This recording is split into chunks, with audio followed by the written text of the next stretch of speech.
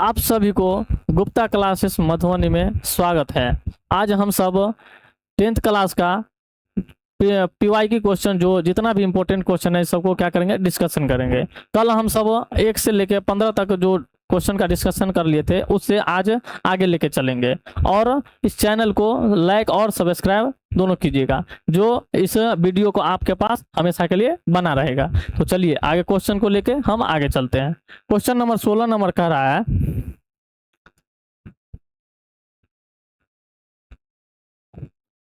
Question 16 कह रहा है कि ऑक्सीजन गैस के एक अणु के 2 परमाणुओं के बीच कितने आबंध पाए जाते हैं। तो आप लोग इलेक्ट्रॉनिक विन्यास पढ़े होंगे। इलेक्ट्रॉनिक विन्यास जो क्या है, एक फॉर्मूला है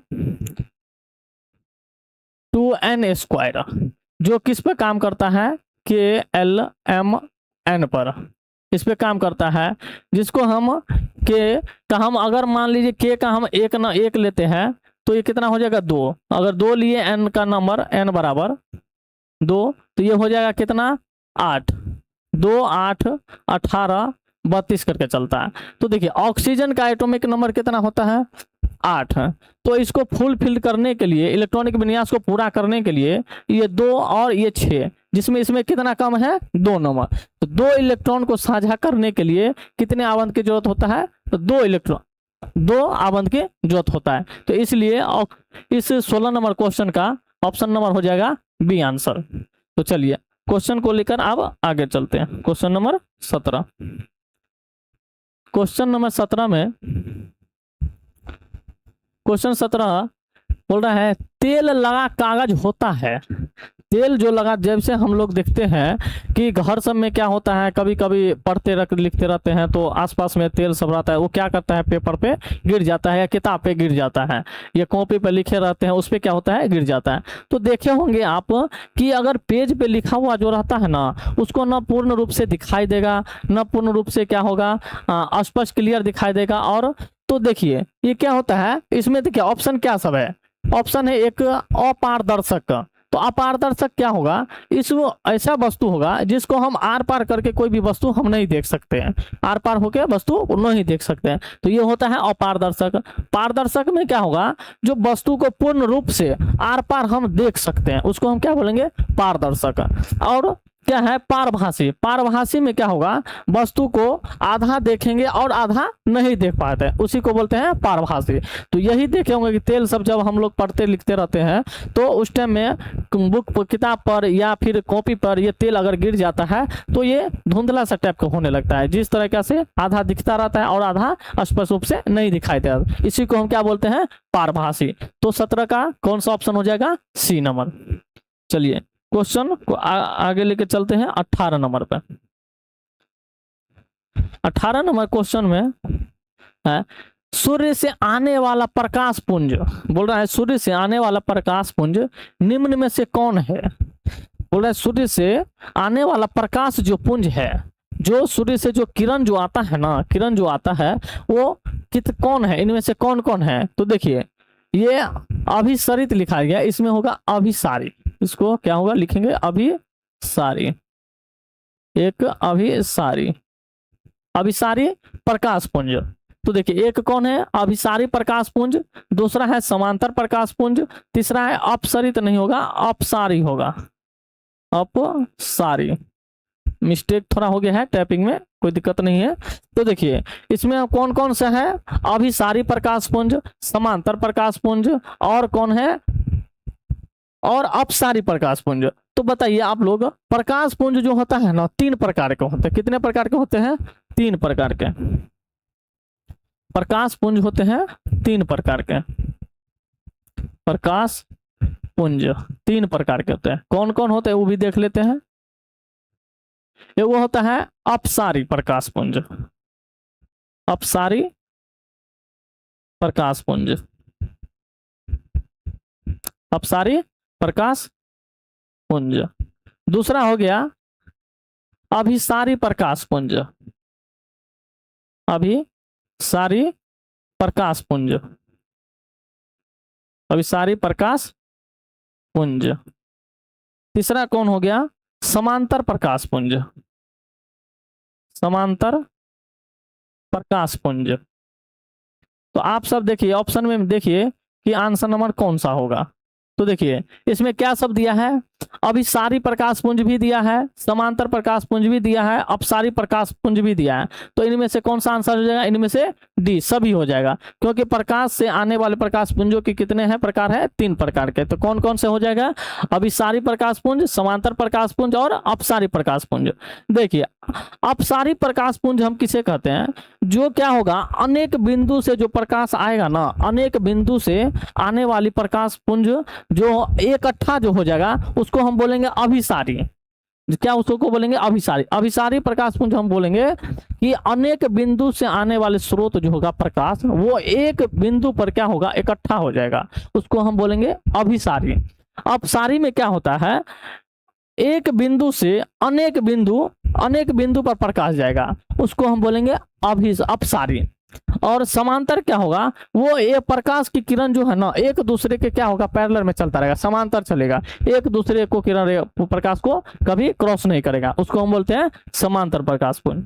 चलिए तो इसका 18 का ऑप्शन नंबर कौन हो जाएगा, डी। चलिए अगला क्वेश्चन लेकर चलते हैं, क्वेश्चन नंबर 19 पे।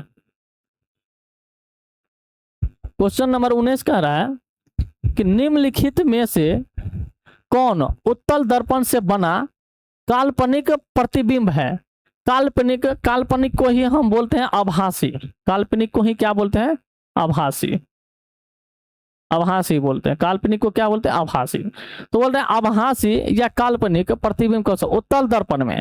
तो उत्तल दर्पण में क्या होगा, जब भी कोई भी वस्तु क्या होगा उसका प्रतिबिंब वस्तु रहेगा, उसका प्रतिबिंब क्या बनेगा, हमेशा बनेगा सीधा और क्या बनेगा, छोटा बनेगा। क्या बनेगा, वस्तु से क्या होगा हमेशा सीधा और छोटा।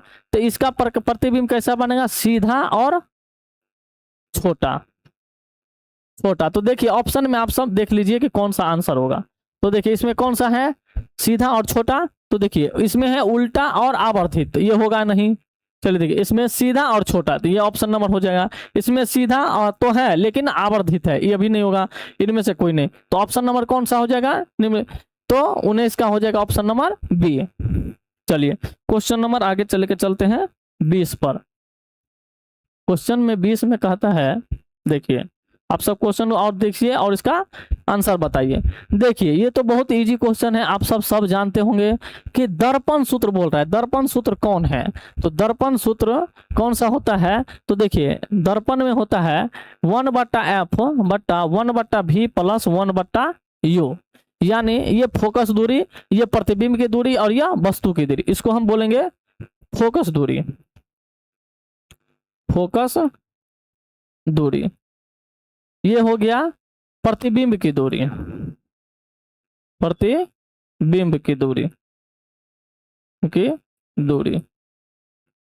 और ये हो जाएगा वस्तु की दूरी, होगा वस्तु की दूरी। तो देखिए फॉर्मूला आप इससे मिला लीजिए कि कौन सा आंसर हो जाएगा। तो देखिए ऑप्शन में एक में कह रहा है कितना है, 1/v माइनस 1/u, लेकिन माइनस होता है नहीं, माइनस नहीं होगा, तो ये हो जाता है माइनस में होता है लेंस सूत्र। ये कौन सा होता है, लेंस सूत्र होता है, लेकिन हमको लेंस सूत्र तो नहीं पूछा है, हमको दर्पण सूत्र, ये आंसर नहीं होगा। देखिए 1/f, ये देखिए हम सबको गुमराह करने के लिए वो दे दिया है, प्लस में तो दे दिया है लेकिन 1/f करके दिया है, 1/f प्लस 1/v बराबर 1/u, तो ये भी नहीं होगा। और देखिए यहाँ भी देखिए उसको थोड़ा उल्टा सेम कर दिया है, ये भी नहीं होगा। तो देखिए 1/v प्लस 1/u बराबर 1/f, तो ऑप्शन नंबर कौन सा हो जाएगा, डी नंबर हो जाएगा। तो दर्पण सूत्र में क्या होगा, 1/v प्लस 1/u बराबर 1/f, ये दर्पण सूत्र। लेंस सूत्र में क्या हो जाएगा, ये 1/v माइनस, सिर्फ प्लस के जगह क्या कर देना, माइनस कर देना, ये हो जाएगा लेंस सूत्र। तो ये कौन सा सूत्र है, ये दर्पण सूत्र, दर्पण सूत्र। और 20 का कौन सा ऑप्शन हो जाएगा, डी नंबर। चलिए क्वेश्चन नंबर 11 पर चलते हैं। क्वेश्चन 11 में है आभासी प्रतिबिंब कैसा होता है। अब ये हम बताएं आप सबको, एक एक दो क्वेश्चन पहले ही बताए। आभासी प्रतिबिंब कैसा होगा? आभासी प्रतिबिंब हमेशा क्या होगा? सीधा होगा और क्या होगा? छोटा होगा। क्या होगा? सीधा और छोटा। तो देखिए इसमें उल्टा है, उल्टा होगा? नहीं होगा। अगर ये नहीं हुआ तो इसके मुताबिक तो ये दोनों होगा ही नहीं। तो अब कौन बचेगा? इनमें से कोई नहीं, तो ये भी देख लेते हैं पहले। सीधा यहाँ है सीधा, तो ये हो जाएगा और ये नहीं होगा। तो आभासी प्रतिबिंब कैसा होगा? ये सीधा बनेगा। कैसा बनेगा? सीधा। तो ऑप्शन नंबर क्या हो जाएगा? 21 का बी। चलिए क्वेश्चन नंबर 22 पे चलते हैं। 22 में कहा है निम्न में से किस दर्पण की फोकस दूरी धनात्मक होती है? तो देखिए फोकस दूरी, देखिए दर्पण हम लोग का दो होता है। कौन कौन होता है? पहले नॉर्मल, तो गोलीय दर्पण में, गोलीय दर्पण का दो प्रकार का होता है। गोलीय दर्पण कितने प्रकार के होते हैं? दो प्रकार के। गोलीय दर्पण, गोलीय दर्पण कितने प्रकार के होते हैं? दो प्रकार के।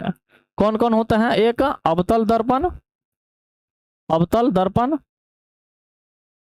और एक उत्तल दर्पण, उत्तल दर्पण, उत्तल दर्पण। तो देखिए अवतल दर्पण होता है ऋणात्मक। अवतल दर्पण क्या होता है? ऋणात्मक, ऋणात्मक। और ये उत्तल दर्पण क्या होता है? धनात्मक।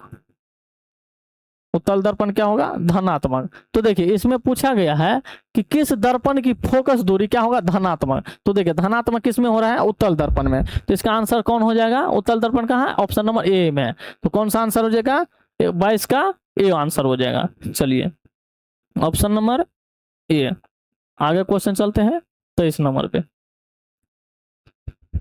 23 नंबर क्वेश्चन है निम्नलिखित में कौन उत्तल दर्पण की फोकस दूरी है जिसकी वक्रता त्रिज्या 32 सेंटीमीटर है ना? 32 सेंटीमीटर। तो आप लोग जब दर्पण पढ़े होंगे ना, जब दर्पण पढ़े होंगे तो आपको एक फॉर्मूला पता होगा कि F बराबर R/2। ये सिद्ध करने के लिए भी किया जाता है, जो 10वां में आप लोगों को पूछता भी है 2 नंबर में कि F बराबर R/2 सिद्ध कीजिए।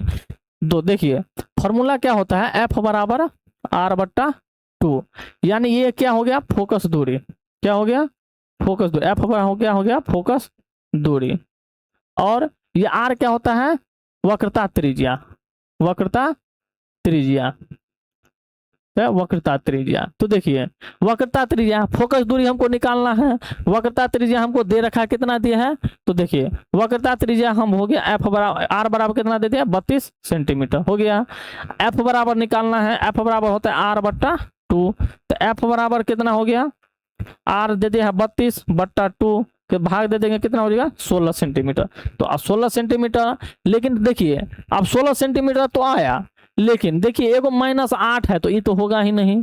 देखिए +8 है तो ये भी नहीं होगा। देखिए एगो -16 है और +16 है, तो अब देखिए इनमें से माइनस वाला होगा कि आंसर प्लस वाला होगा। तो देखिए हम आपको इससे पहले ही बताए कि अवतल दर्पण में ऋणात्मक होता है और उत्तल दर्पण में क्या होता है? धनात्मक। तो देखिए कौन सा है? ये उत्तल दर्पण है, तो उत्तल दर्पण में धनात्मक होगा, तो आंसर कौन वाला हो जाएगा? धनात्मक वाला। तो धनात्मक वाला ऑप्शन नंबर किस में हो जाएगा? डी में। तो सी होगा आंसर? नहीं होगा, क्योंकि ये अगर अवतल दर्पण रहता तो फिर ये -16 सेंटीमीटर हो जाता। चलिए क्वेश्चन नंबर 23 का हो गया डी नंबर। क्वेश्चन नंबर चलते हैं आगे 24 पर। 24 में क्वेश्चन है कि निम्न में से आवर्धक शीशा यानी मैग्नीफाइंग ग्लास कौन है? मैग्नीफाइंग ग्लास, तो मैग्नीफाइंग ग्लास आप सब पहले ज्योमेट्री बॉक्स खरीदते होंगे। पहले आज से मतलब 5-10 साल पहले ज्योमेट्री बॉक्स में एक मिरर दिया जाता, ग्लास रहता था, है ना? जिस वो शीशा किसका रहता है? ये आवर्धक शीशा रहता है, जिसको हम वस्तु को क्या करते हैं? छोटे छोटे रूप में, क्या वस्तु को जैसे देखना रहता है किसी भी चीज को ना, तो इसको देख के हम जैसे एक माइक्रोस्कोप की तरह काम करता रहता है ना? किसी वस्तु को, छोटा छोटा वस्तु को देखने में उसको मदद करता रहता है। तो ये मैग्नीफाइंग जो है ना, ये एक तरह से दूरबीन की जैसी काम करता है, माइक्रोस्कोप की तरह काम करता रहता है। तो देखिए ये कौन सा हो जाए? ये कौन सा जो शीशा है वो किससे बना होता है? तो देखिए ये अवतल दर्पण से नहीं बना रहता है, अवतल दर्पण से नहीं बना। क्यों? क्योंकि वस्तु को क्या रहता है? बड़ा पड़ता है। तो देखिए उत्तल दर्पण क्या होता है, वस्तु को क्या होता है, छोटा करके दिखाया जाता है बारीकी बारीकी से। तो ये होगा नहीं होगा, लेंस तो होगा नहीं, तो देखिए कौन सा हो जाएगा, उत्तल लेंस। ये अवतल दर्पण है तो दर्पण में तो होगा नहीं, होगा हम वस्तु को किससे देख, लेंस से देख लेते हैं। तो इसमें कौन सा हो जाएगा, उत्तल लेंस होगा। ऑप्शन नंबर 24 का कौन सा हो जाएगा, सी। चलिए क्वेश्चन नंबर हम चलते हैं अगला 25 पर। 25 में देखिए ये सब सूत्र जो है ना बहुत इंपॉर्टेंट सूत्र सब है। ये आपको हर एक एग्जाम में पूछता है, कंपटीशनों के एग्जाम में पूछता है, रेलवे में, एसएससी में, सब में पूछता है, बिहार पुलिस में, दरोगा में, लगभग एग्जाम सब में ये क्वेश्चन इंपॉर्टेंट है, इसका सूत्र सब पूछता रहता है। तो देखिए विरंजक चूर्ण का रासायनिक सूत्र पूछा है, तो विरंजक चूर्ण का रासायनिक सूत्र होता है कैल्शियम ऑक्साइड क्लोराइड। क्या होता है, कैल्शियम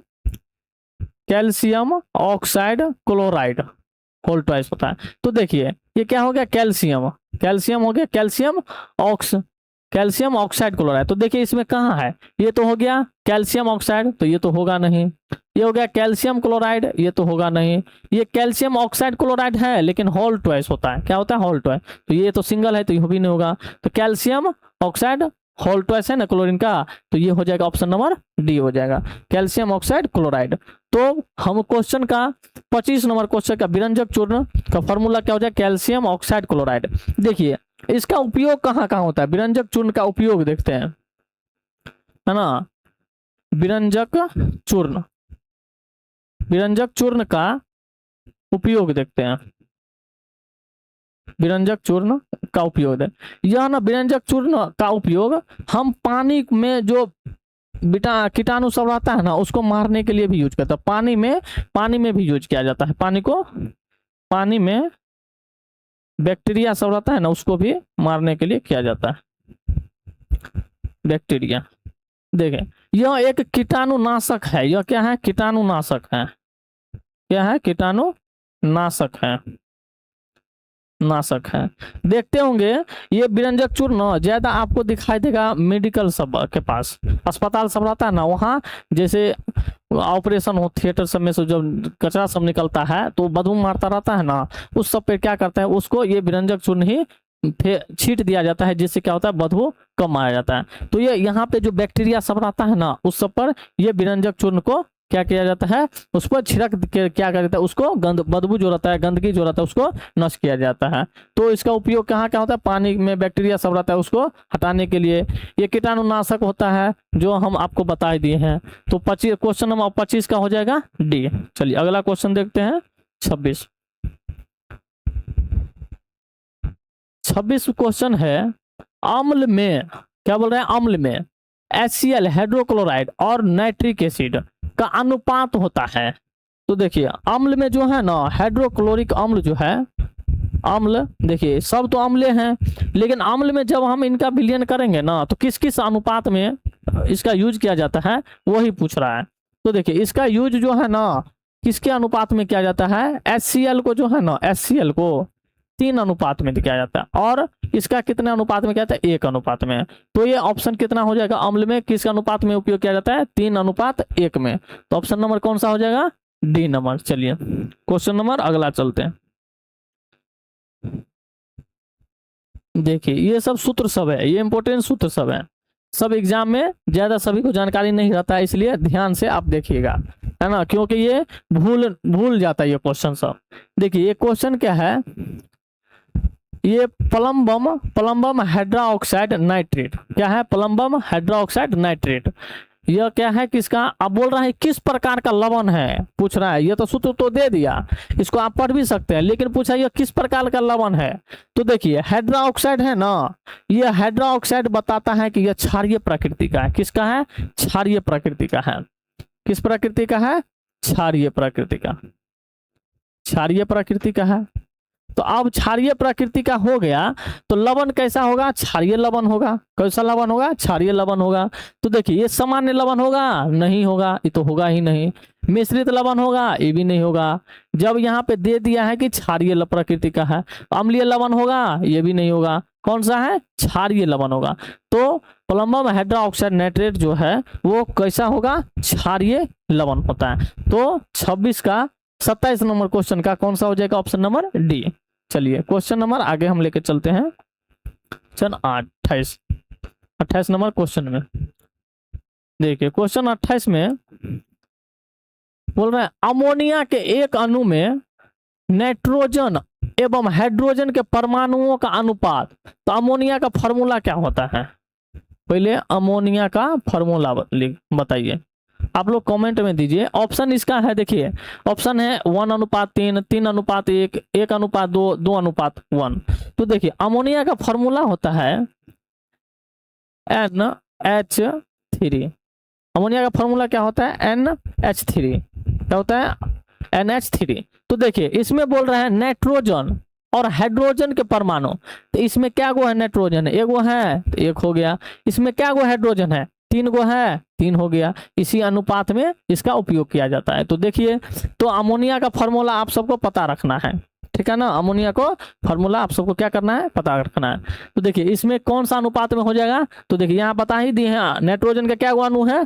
परमाणु एगो, और हाइड्रोजन का 3 गो है। तो इसमें कौन सा हो जाएगा? 1:3 में हो जाएगा। तो 28 का ऑप्शन नंबर कौन सा हो जाएगा? ए हो जाएगा। चलिए अगला क्वेश्चन देखते हैं, 29 नंबर।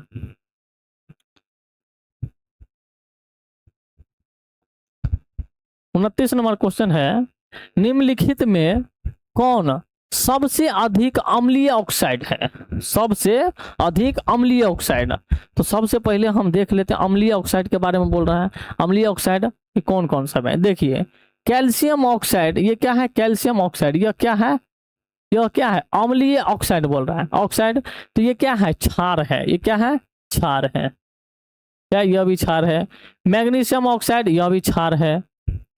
और ये सोडियम ऑक्साइड, यह भी क्या है? क्षार है ना। लेकिन ये क्या है? सल्फर डाइऑक्साइड क्या है? अम्ल है। क्या है? अम्ल है। तो देखते होंगे ये अम्ल है, ये अम्लीय ऑक्साइड है। तो देखिए आप सब ये सुने होंगे कि संगमरमर जो है ना, ये ताजमहल, ताजमहल जो देखे होंगे, इस पे आप सब सुने होंगे, इस पे पीला पीला सा पन आ रहा है। किस कारण आ रहा है? यही सोडियम, ये सल्फर डाइऑक्साइड जो है ना, सल्फर डाइऑक्साइड के कारण जो होता है इस ताजमहल पर ये इसका रंग जो है सो पीला पीला आ रहा है। और वर्षा जो होता है, अम्लीय वर्षा होता है, इसमें भी यह क्या होता है? सल्फर डाइऑक्साइड मौजूद रहता है। तो देखिए इसमें कौन सा अम्लीय? तो अब ये तीनों तो क्षार ये हो गया, तो होगा आंसर। ये तीनों नहीं होगा, ये सल्फर डाइऑक्साइड क्या है? अम्ल है ना। तो इसका ऑप्शन को कौन सा हो जाएगा? ये ऑप्शन नंबर 29 में डी हो जाएगा। चलिए क्वेश्चन नंबर 30 में चलते हैं। 30 में क्वेश्चन कह रहा है कि निम्नांकित संकेतों द्वारा व्यक्त तत्वों में कौन धातु है? तो सबसे पहले देखिए धातु में, देखिए धातु हम सब पहले जानते हैं कि धातु होता क्या है। धातु क्या होगा? एक लचीला होगा, विद्युत का सुचालक होगा, आघात वर्धनीयता होगा, है ना। इसको पीटने पर क्या होगा? ये तार की तन्यता बढ़ता जाएगा। तो इसमें क्या होगा? चमक होगा, है ना। तो देखिए ये सब क्या है? धातु के गुण है। तो देखिए धातु सबसे पहले ए में क्या है? देखिए ए में ये 6, ये जो क्या है? ये एटॉमिक नंबर है, और ये क्या है? Atomic mass. ये जो दिखाई दे रहा है आपका परमाणु संख्या है। क्या है? परमाणु संख्या, परमाणु संख्या। लेकिन यह क्या है? परमाणु द्रव्यमान। क्या है? परमाणु द्रव्यमान। द्रव्यमान क्या है? परमाणु द्रव्यमान। तो देखिए जिसका 6 परमाणु संख्या होता है वो क्या होता है? कार्बन। कार्बन क्या, आप सब बताइए, कार्बन क्या धातु है? कार्बन धातु नहीं है, यह क्या है? अधातु है। क्या है? कार्बन क्या है? अधातु है। अब देखिए 12 नंबर जिनका एटॉमिक नंबर है वो क्या है? मैग्नीशियम है ना। मैग्नीशियम है। तो मैग्नीशियम है ना। देखिए 6 नंबर का तो हो गया कार्बन। कार्बन, कार्बन क्या है? अधातु है। क्या है? अधातु, अधातु है। ठीक है, कार्बन क्या है? अधातु है, जिनका एटॉमिक नंबर 6 और एटॉमिक मास कितना है? 12। अब देखिए बी में है मैग्नीशियम, ये जो मैग्नीशियम है एटॉमिक नंबर 12, तो 12 जो होता है सो मैग्नीशियम होता है Mg।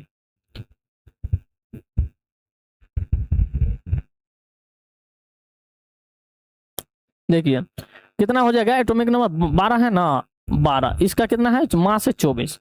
तो ये कौन सा हो जाएगा? मैग्नीशियम।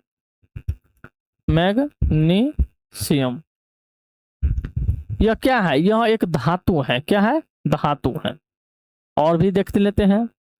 फिर इसी में दे दिया है, फिर वही दे दिया है कि 6 एटॉमिक नंबर है ना और 12 मास है, तो यही कार्बन हो गया ना। अब देखिए ये 10 एटॉमिक नंबर किसका है? नियोन का। किसका है? नियोन का। तो 10 जो एटॉमिक नंबर होता है नियोन होता है, Na है ना। कितना होता है? नियोन। ये हो गया 20 हो गया, इसको बोलते हैं नियोन। नियोन यह भी क्या है? अधातु है। क्या है? अधातु। तो अब बताइए आप सब, इनमें जो धातु कौन है? तो ये मैग्नीशियम है, Mg हो गया, ये है ना, ये क्या है? मैग्नीशियम। तो देखिए इसमें ऑप्शन नंबर कौन सा हो जाएगा? बी हो जाएगा। तो 30 का ऑप्शन नंबर कौन सा हो जाएगा? B number. चलिए अगला क्वेश्चन देखते हैं। अगला क्वेश्चन में क्या कर रहा है देखिए। देखिए 31 नंबर क्वेश्चन कर रहा है, पारा और एक अन्य धातु के मिश्र धातु को क्या कहता है? जब हम पारा के साथ, पारा का फॉर्मूला क्या होता है जिसको हम मरकरी भी बोलते हैं, है ना। पारा, इसी को क्या बोलते हैं? मरकरी, है ना। इसका फॉर्मूला सिंबल होता है Hg। क्या होता है? Hg। जब हम पारा के साथ कोई एक धातु जब मिश्रण करेंगे, क्या करेंगे? धातु के साथ जब क्या करेंगे? मिश्रण करेंगे ना, तो यह एक अमलगम बन जाता है। क्या बनता है? अमलगम।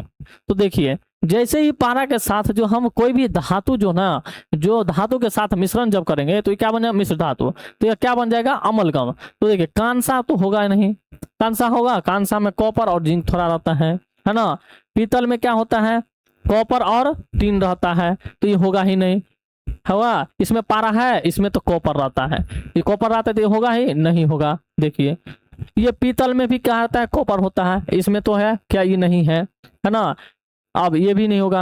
और देखिए अमलगम में क्या होता है? Hg होता है और एक अलग अन्य धातु में रहता है। अन्य धातु के साथ जब क्या होता है? मिश्रण होता है, तब ये क्या बन जाता है? अमलगम बन जाता है। तो 31 नंबर क्वेश्चन का हो जाएगा ऑप्शन नंबर, क्या हो जाएगा? डी। ऑप्शन नंबर डी हो जाएगा। चलिए क्वेश्चन नंबर अगला चलते हैं 32 पर।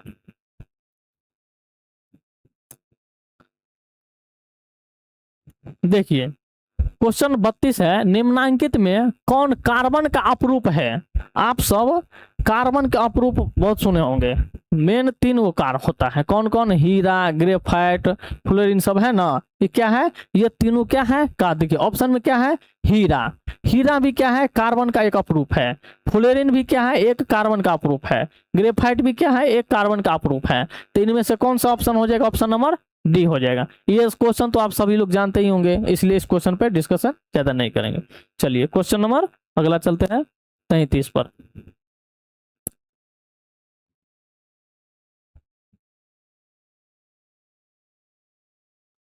क्वेश्चन 33 का है, विद्युत विभव कौन सी राशि है? तो देखिए विद्युत विभव जो है कौन सी राशि है? तो देखिए विद्युत विभव आप लोग सदिश राशि और अदिश राशि जानते हो। पहले इसमें बोल रहे राशि, तो देखिए इसमें क्या है? एगो है सदिश राशि। सदिश राशि क्या होगा? जिसमें केवल क्या होगा? परिमाण होगा। क्या होगा? केवल परिमाण। क्या होगा? केवल क्या होगा? इसमें परिमाण। लेकिन सदिश में क्या होगा? परिमाण प्लस दिशा दोनों होगा। परिमाण और दिशा दोनों होगा। क्या होगा? दिशा दोनों होगा, उसे हम क्या बोलेंगे? सदिश राशि। लेकिन अदिश राशि में केवल क्या होगा? परिमाण होगा, है ना। तो देखिए विद्युत विभव, विद्युत विभव क्या है? एक सदिश राशि है। क्या है? सदिश राशि, जिसमें परिमाण और दिशा दोनों होता है। तो ऑप्शन नंबर क्या हो जाएगा? बी हो जाएगा 33 का। चलिए क्वेश्चन नंबर अगला चलते हैं 34 पर। देखिए विद्युत मोटर की क्रिया आधारित है। विद्युत मोटर जो है ना, जैसे हम लोग घर सब में यूज करते हैं पानी के लिए, पानी ऊपर पल्ला पाने के लिए तो नीचे से मोटर का उपयोग करते हैं, पंखा सब में करते हैं, जनरेटर सब में मोटर का उपयोग करते हैं। तो बोल रहा है यह जो है ना क्रिया किस पर आधारित है? तो देखिए इसमें दे रखा है विद्युत धारा।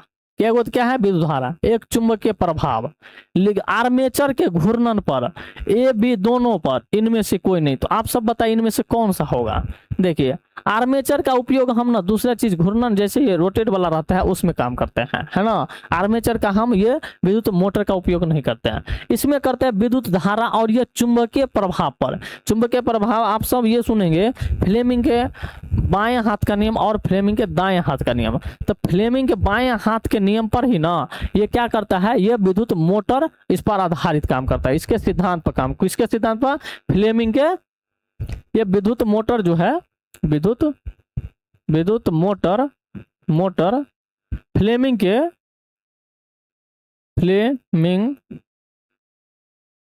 के बाएं हाथ के नियम पर, बाएं हाथ के नियम पर कार्य करता है, नियम पर कार्य करता है, कार्य करता है। तो देखिए इसमें क्या हो जाएगा आंसर, 34 का ऑप्शन नंबर ए हो जाएगा। चलिए क्वेश्चन नंबर अगला चलते हैं 35 पर।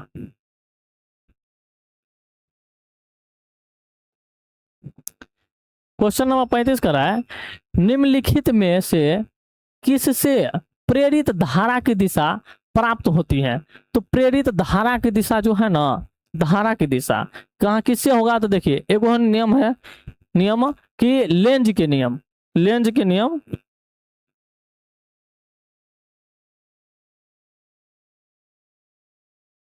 क्वेश्चन है कि किससे प्रेरित धारा की दिशा प्राप्त होती है। तो देखिए एक है लेंज के नियम, एक है फ्लेम, यही है बाएं हाथ के नियम, दक्षिण हाथ के नियम। तो देखिए इसका हो जाएगा ऑप्शन नंबर ए, लेंज के नियम। किस पर काम करता है, लेंज के नियम।